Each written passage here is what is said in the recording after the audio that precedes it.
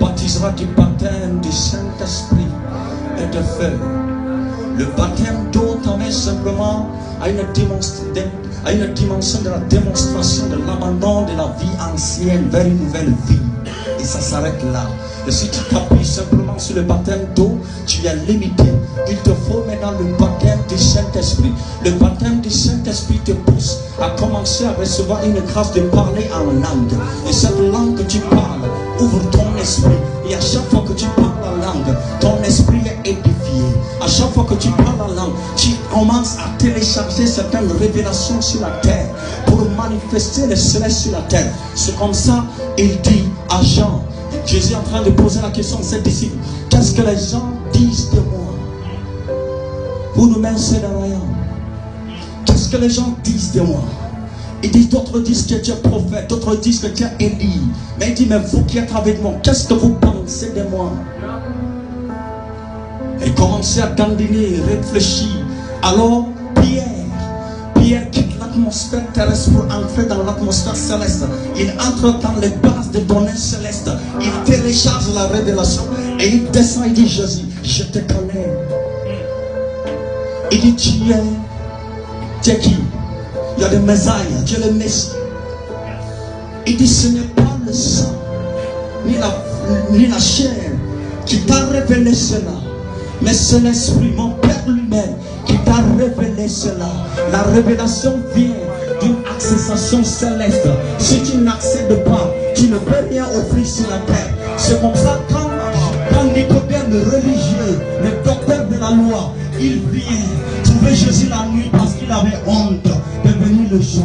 Quand il est venu la nuit trouver Jésus, il dit, si le Père n'est pas avec toi, tu ne peux pas faire des choses comme ça. C'est comme ça, il dit à Nicodème, il dit, si un homme ne naît pas d'eau et d'esprit, il ne peut pas voir le royaume de Dieu. Ce qui veut dire que ta naissance commence d'abord dans la civilisation céleste avant de manifester dans la civilisation terrestre. Donc la civilisation céleste doit reconnaître que Dieu est né là-bas. Quand Jésus-Christ est né, le ciel était au courant que Jésus est né. Les mages sur la terre, ils étaient aussi au courant. Ce qui veut dire que si tu es né de nouveau, le ciel doit reconnaître que tu es réellement né de nouveau.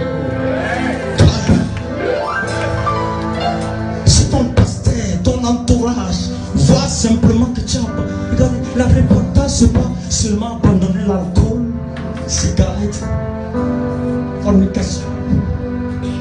Même les païens abandonnent ces choses. La question maintenant existe. Le ciel te reconnaît.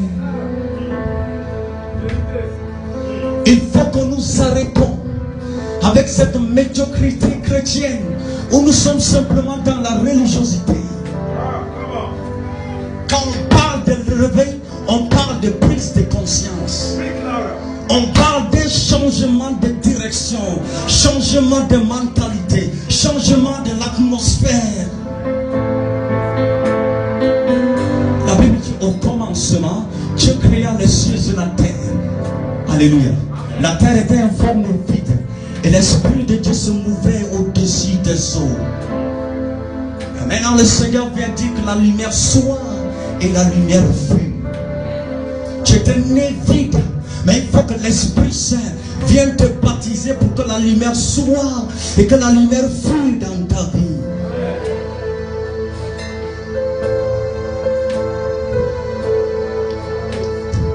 Jean chapitre 1, le verset 1 à 3, la Bible dit, au commencement était la parole. Et la parole était avec Dieu. Et la parole était Dieu. Et elle était au commencement.